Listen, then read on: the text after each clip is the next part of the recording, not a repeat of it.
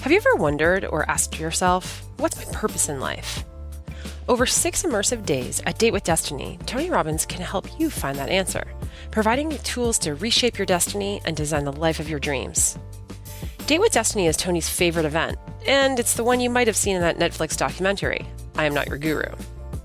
Here's what happens, though, over those 6 days. You start out by gaining a deep understanding of what truly motivates you. Then you identify the triggers that create pain and pleasure in your life, and learn the strategies to eliminate pain for good.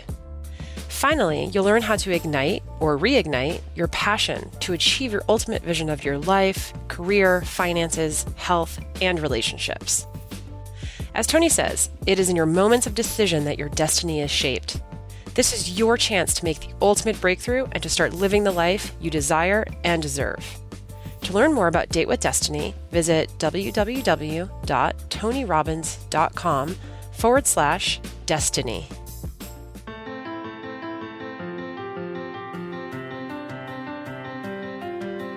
We all encounter challenges in our relationships, some more serious than others, but it's how we handle them that ultimately matters. For many of us, when we feel pain, we tend to blame our partners. We criticize, we close up, we avoid them, even ignore them. All to play a game of who's wrong and who's right. But when you truly love someone, it doesn't matter who's wrong or who's right. In fact, blame only takes our power away, and excuses only cause us to continue to hurt each other. Hey guys, it's Annie Yorg, Editorial Director for RRI. Welcome back to the Tony Robbins Podcast.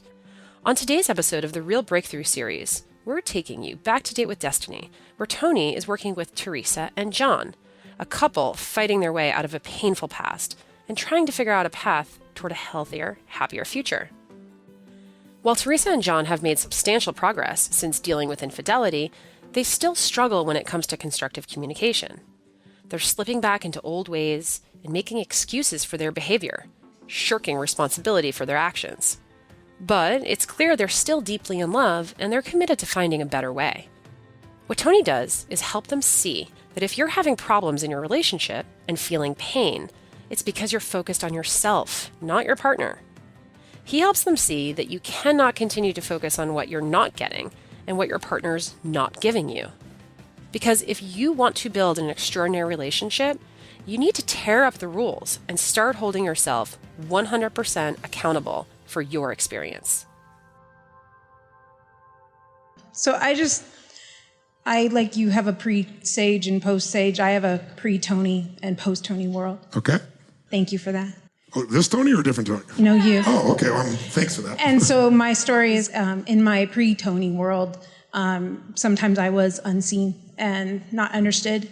And in the unsafe specifically, and I just wanted to share because I think it's so unconscious, was not feeling protected in moments of, the story was, I was at a dog park and I got in a fight with another dog owner. And the next time going, I wanted him to come with me. Yes. And I had to ask. I mean, God forbid, right? But I had to ask.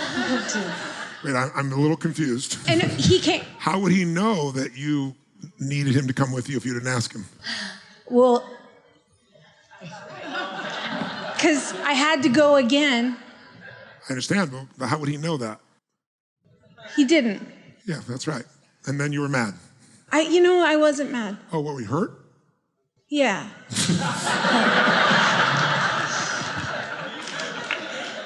Now, gentlemen, you didn't realize that you were supposed to be Sherlock Holmes. Yeah.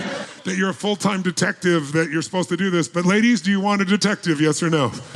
Yes, because what girls do is they leave little hints of things, so a girl that cares will hear that hint and go, tell me more. But the guy just goes, okay, I understand, and moves on. Because what's he looking to do? Take every problem, make it small, and get rid of it so we can move on to beautiful stuff. And she's want to make it much bigger and show that you love me by feeling for me and my fear and then walking me there, which I bet he would have done. If she would have said, honey, I don't know if you remember, but I went to that dog park and I had kind of an altercation, which, by the way, his mind is it's not an altercation. You're not cut. You're not beat up. You probably just had you said something to each other, which in a guy's world, saying something doesn't mean right? It takes really, really intense words for a guy to think it's really an issue. And by the way, once it's done and nothing happens, it's over. So what was it? Did you guys have a fist fight? Did she stab you? What did she do? It was Just a so I guy. know. No, it was a guy. Oh, it was a guy. And what did he do? He yelled at me a lot. A lot. Yeah. Okay, what if he yelled at you? What did he yell at you? Well, why did he yell at you? Because my dog was humping his dog. Now, so technically it's not your fault. But it is your responsibility because it's your dog. In my business, I had a time in my business where it looked like the company's going bankrupt and everybody told me how to go bankrupt, and it was not my fault. I didn't make any of those decisions to do it, but it's my company. So who's responsible still? I am, 100%. So I couldn't go bankrupt because I couldn't do that to someone else because I don't want that done to me. So I just want you to see she's being very sincere, and I hope you feel not attacked because I'm not coming from that place. I want you, me, all of us to see the insanity of our rules. And on the feminine side, there are hidden rules that the guy's supposed to know. And if you have to tell him, he gets no points. Right? Look at that. Can you, even for a moment, see how insane that is? Oh, absolutely. But you still want to do it. Yeah. Just to finish the story as quickly as possible, if that's possible. He got upset with you and said what? That I had no control over my dog. Said what? That I had no control over my dog. Isn't that true? Well, yeah. But what does that matter? Are you serious? Not him yelling at me. He wasn't yelling at me. A guy at the dog park was yelling at me. But it was a guy or a woman or anyone, you were responsible for your dog, and your dog is humping it. But that's not, I was talking about asking my husband to come with me the next time because I felt scared. No, I understand that, but I'm trying to understand what he would be understanding out of your story. I'm just trying to put myself in his shoes, and I'm a little confused. This is the nail, right? I'm confused!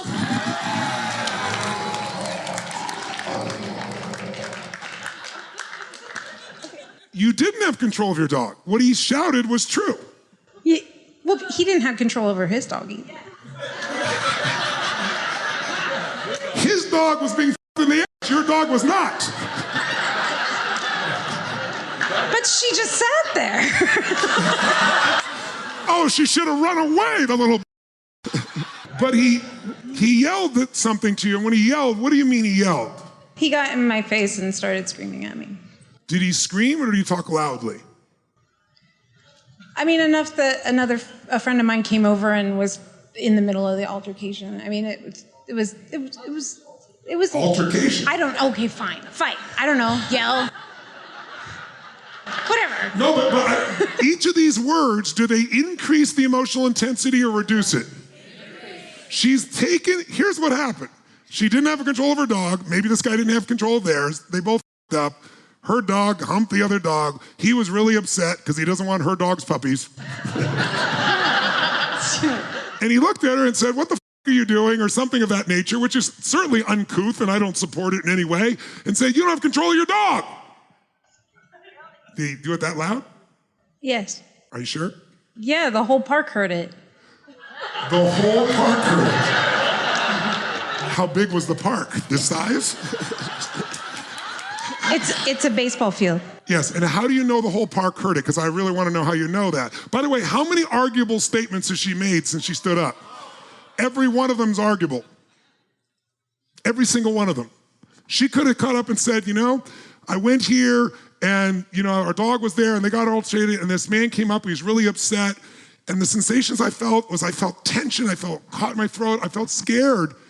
And, I know I f***ed up, I've tried to have my control of the dog and I think he did too. But, I really was really uncomfortable. And what I really want is, if I go back there, I don't want to feel unsafe. Would you come with me? Would he have shown up? Yes or no? In a heartbeat. Is that him right there? Yeah. Yeah, I mean, there's a lot more to this. I'm sure there is. No, but I mean, this was her not feeling seen for 20 years. So it wasn't. Look at him being responsible.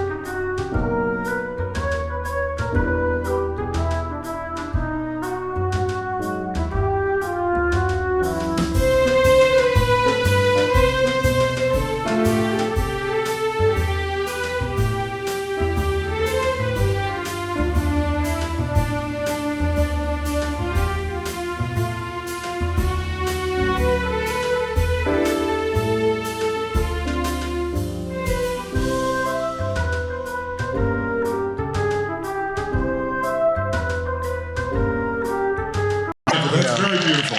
Thank you for that. That's very, very beautiful. So she did come and say, this altercation occurred and, I didn't feel safe. Yes. Would you go to the park with me the next time? She did. Okay. Yeah, and what'd you say? did. I can't remember. I didn't think it was a big deal, to be honest. Yes. Like I didn't, I wasn't there and I should have gone to the park with her. Okay, that's fair. Absolutely. Great. So she did ask you then? She did. Got it. But what I did predict is he didn't really see it as a serious threat. If you saw a serious threat, would you have escorted her there? Yes. Yes. He heard it and thought, what? Be honest with me. You thought? I thought, people get angry. You had many other people around you, and I know you wanted me to be there to protect you, but I wasn't. And I don't think that's going to happen again at the dog park. Like I didn't think, but I should have been more attentive to the fact that she felt unsafe. That's beautiful. By the way, give me a hand for that 100%. Now, for this relationship to work, that's not enough. Because she doesn't own her part. It takes two to tango. Is it true? She hasn't owned it all. She could have said, you know what? I probably made a lot of claims. By the way, if you listen to the way he described it, and you got to tell me if I'm wrong on this, because you said something, John, and maybe I took it out of context, maybe not.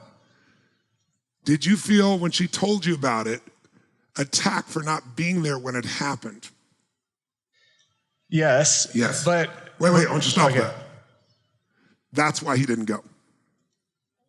Raise your hand if you follow this, ladies. Gentlemen, raise your hand if you know what I'm talking about. This is a series of her being unseen and him feeling criticized. It's both sides. I can't let this go. I'm really grateful you stood up. I honor you as a man for standing up. But this relationship will not work if it's just one person doing it. He's got a group of his that have done the same list. We go to the other side, I guarantee. Am I wrong? Criticism, closing. Yeah, I mean, there's a lot to that, yes, right? There's a big story for that. Yes. But I don't want you guys to go to the story. Yeah. I want you guys to clear this up for each other. Yeah. But I want you to get is, she's still hanging on to that story, but she hasn't owned her responsibility in it, which is why it's still f***ed up in her. Your story was all about what other people did and didn't do. There was nothing about you in that story. I don't want you to defend her right now because I'm really trying to help you both. And I'm grateful for you to defend her and I want you to do any of the case, but this is one case where she's got to hear this because this ain't gonna work otherwise long term.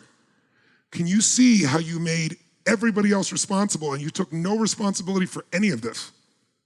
Like, could you have communicated in a better way that made him want to come to be with you? Yes. Did definitely. you communicate in a way that made him feel criticized, if you look back on it now? Yes. You criticized him for not being there in the first place. So why the f*** would I go, especially when it wasn't that big a deal in the first place, and you're gonna be pissed no matter what anyway. And I got this shit I gotta do. Yes. Can you see that? Yes. Good, because I think you're both beautiful. I want you both to win, but you can't win if only one plays this game. Or you can win for a while. He can become your pleaser, but there'll be a point in time where that won't make you happy either. It'll make you angry. No, like you saw last night with this young lady up here on the one knee. Yes. Think about it. What was that all about? He didn't support me because he didn't agree with what I did with a doctor and he knew the truth about her father not taking her in the first place. He didn't comply and affirm her when she's being wrong and unfair and unjust and crazy. And then she's not going to forgive him for that, ever. This kind of absurd rules are where all relationships are destroyed. We all have to take 100% responsibility for our experience. Anything else is just the blame game, and who gets hurt in the blame game? You're hurting because you don't feel heard, understood, seen. He's hurting because he's feeling criticized, closed. There's no relationship here whatsoever, and yet I love this crazy woman. He's nodding his head, by the way. And you love this crazy man. Yes. So perhaps there's more drama than you need. And perhaps even if you feel the drama, then feel it authentically and deliver it through so. But the so can't be a blame or it's not so.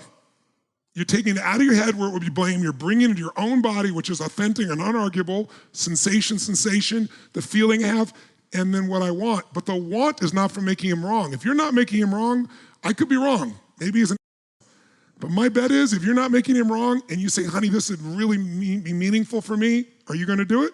Absolutely. Did you think it was going to be that meaningful? No, I didn't. I didn't think it would be. I mean, there's a lot more reasons why it was so important that I went. Stacked. Yeah, Oh. it was stacked, but it was because there had been so many years that she had not been seen, and she was she got the dog because I wasn't seeing her in the first place. I understand. So that had meaning for her, and she didn't feel like I was being her man in many other parts of life. And so this story is representative of those other things. I really honor you for taking that responsibility. That kind of responsibility will be able to transform your woman. I see you doing that. Pardon me? It has. That's beautiful. And to be fair to her, Yes. she has grown a lot. And she's somewhat projecting the way she used to feel and I know she's using the language now in the moment that's representative of that. Yes. But I mean, we had a magical time at Date with Destiny last year. Yes. And on relationship night, I wrote her a letter telling her I cheated on her 2 years before. Yes. And this was before that incident at the park. And so she knew that there was something wrong. Yes. Even if she didn't know what, she could feel it at some level. Yeah. I mean, we both knew there was something wrong. Yes. Right? So that's all the more reason why, first of all, thank you for that. Yeah. All the more reason for your benefit to be able to take these sensations and feelings that are making you crazy and communicate in a way where you could be understood, where you can be supported, where he can see you, can't be done when he's being criticized either. Right. It's cancer. It's just like unseen for you and not understood for you. If you can connect those two, because here's two people that totally love each other, but what's happened? He didn't leave and had an affair because he doesn't love her, or he wouldn't be here right now. He did it because he felt he couldn't win, and so he went someplace where he could feel alive for a few moments and not criticized. Correct me if I'm wrong. Yeah, absolutely. Totally accepted as he was in every single way. And I had shut him out. What's that? I had shut him out. You would shut him out. Yes, I had. And that's beautiful to see. I'm not blaming you, Teresa, in any way. I'm your fan. I think you know. I just want to make sure for all of us here, we don't leave here with these excuses anymore. Because all the excuses do is hurt each other. And if you're going to do that, the thing's going to end eventually anyway. Or if it doesn't, you're going to be miserable the rest of your life with somebody else and trying to fill up with your kids or your work or girlfriends or shopping or sports or somebody else in the worst case. Right? Or a dog.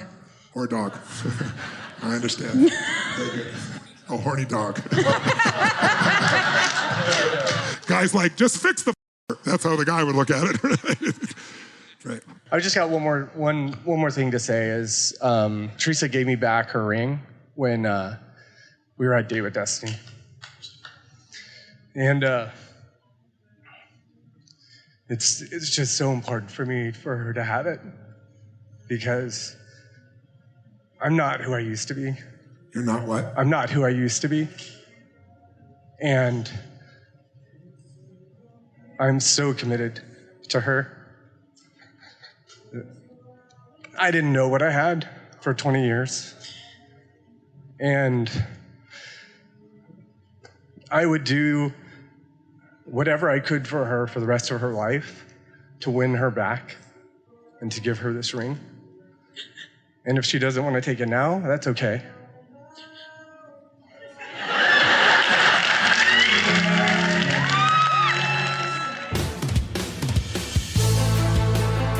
The Tony Robbins podcast is directed and hosted by Tony Robbins.